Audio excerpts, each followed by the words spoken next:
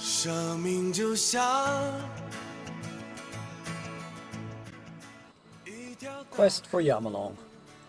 It's amazing that a mountain, which we had hardly heard of before 2006, encompassed such a large part of our lives.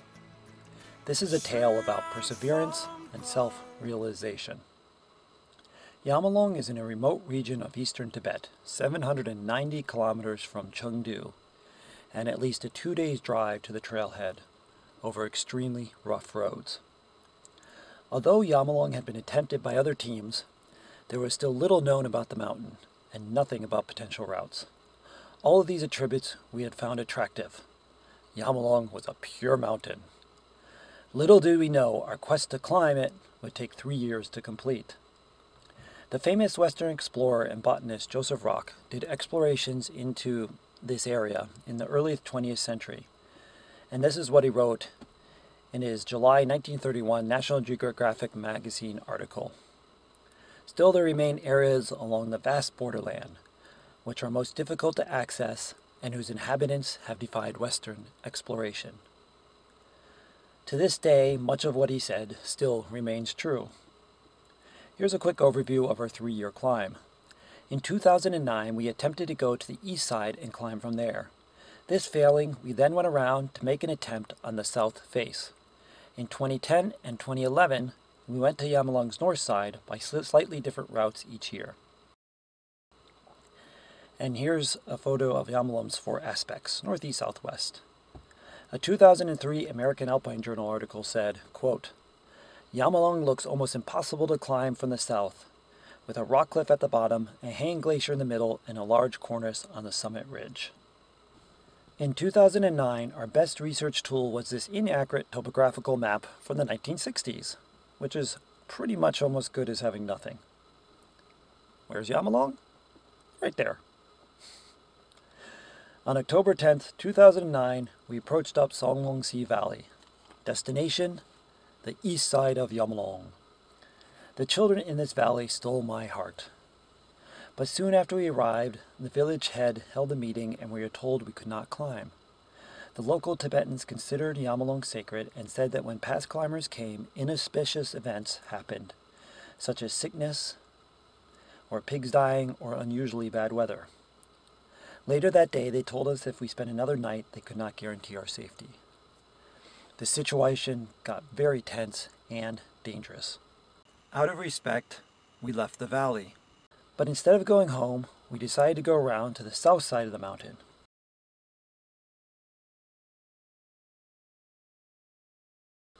The walk up the south side was stunning with autumn colors, and a full day's walk up the valley is Samden Lamasery, standing alone at over 4,000 meter elevation.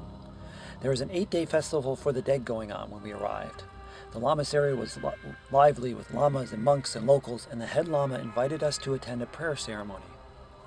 This was an immensely spiritual experience. The locals were so warm and welcoming. One monk and a villager tried on our helmets, backpacks, and used our trekking poles to pretend they were mountaineers, which got a laugh from all of us. A lama told me the names of the peaks in the area, and which Buddhist god they represented. There were a lot of them. Then he said, "Have a safe climb." Clearly, Yangmolong was a sacred mountain, but you could still climb it. I found the contradiction between these two valleys stunning. So the next day, in high spirits, we walked up to Yangmolong's south side. There is a beautiful lake here at the base of the mountain, and near its bank is a large rock memorial in remembrance of Liu Xinan, built by those that tried to recover his body. Liu Xinan was one of China's great climbers, and he was a friend of ours.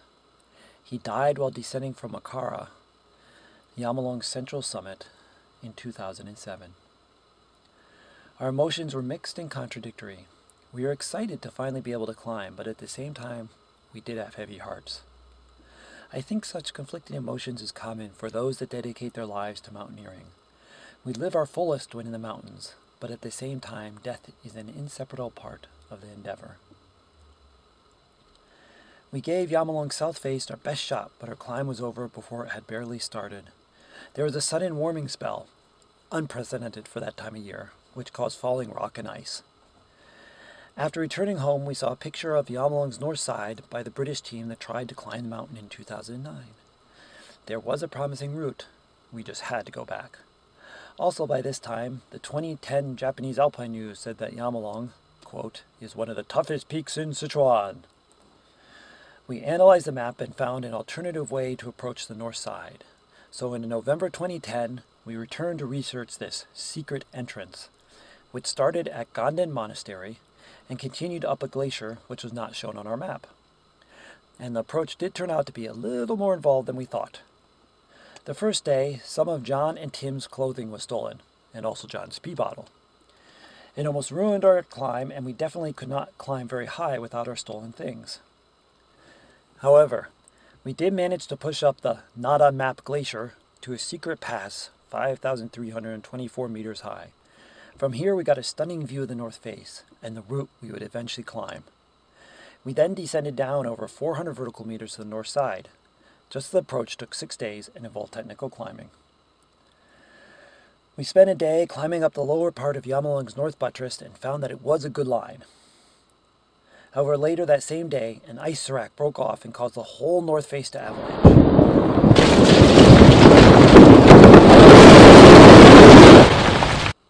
We decided it would be prudent to come back when the conditions were more stable and we had enough clothing.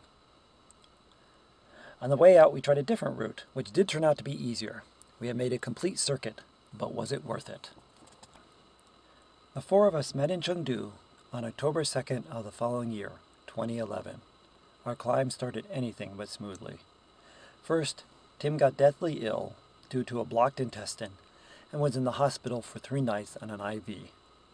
Our departure was delayed by 1 week. 2 nights before our departure, John had anxiety dreams. He dreamt that his 5-year-old daughter fell from the roof of his 9-story apartment building while playing with Asu. John's daughter actually loves Asu. The next day, we left for the mountain, John in a bad mental state and Tim in a bad physical state. Our Jeep was so packed full of bags that Dalio decided to ride his motorcycle to Litan. The first day, we were caught in a huge traffic jam and the road was closed. The morning of the second day, Dalio slipped on ice with his motorcycle and almost got run over by a truck. At noon of the same day, the Nissan's transmission broke and then a large sand truck lost its brakes and careened into the front of the Jeep, causing further delay. It was as if a mysterious force was preventing us from reaching Yangmolong. We started recalling the troubles we had in 2009 and 2010 and joked that Yangmolong was keeping us from climbing her. It was an eerie feeling. There were just too many things going wrong to be coincidental, and we were starting to get a little superstitious. Then, while sorting our equipment and food, Dalio noticed a pair of ice tools missing. Were all these misfortune events omens, or just plain bad luck? We did finally reach Ganden Monastery after 4 days of driving. We met old friends at the monastery like it was yesterday, though we had not seen them for a whole year. There are 14 young boys studying to be monks at this monastery, which is a renewal of old traditions. We approached the north side of the Yangmolong from the same route we came out the previous year. And the day we went over the pass and down to BC, it started to snow. Yangmolong hid herself from us in a veil of clouds. Another omen? Once at base camp, the weather did get a bit better and our spirits brightened. Asu suggested taking a rest day, which at first we were hesitant to do, but then agreed.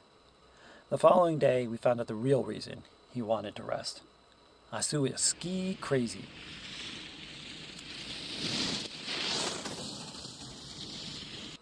Anticipating for the worst, we were still resolved to give Yangmolong our best shot.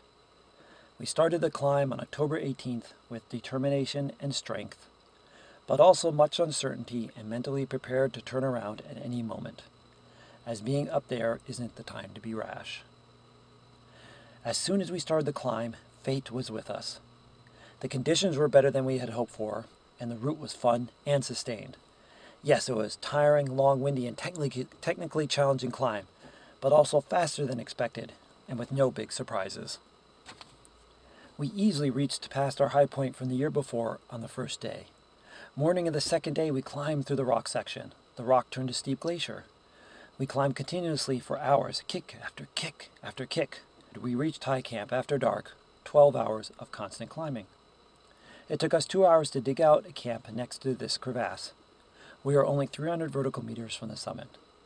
The following morning it was windy, clear, and cold. We climbed over this bergschrund and up some vertical ice to the summit ridge. Our friend at BC, at base camp, could see us as 4 small dots, and here's a picture he took of us near the top.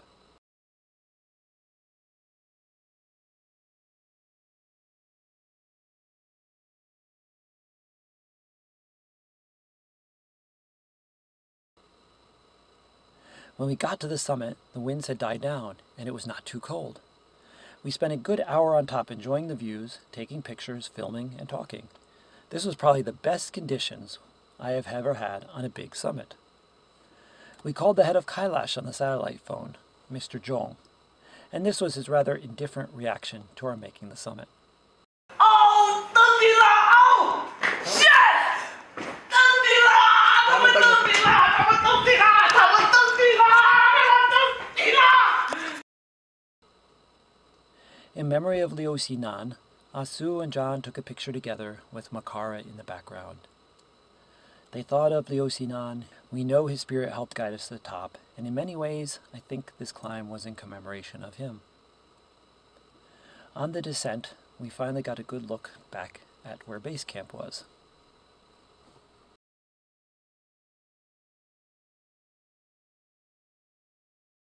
The day after we got back to base camp, it started to snow again.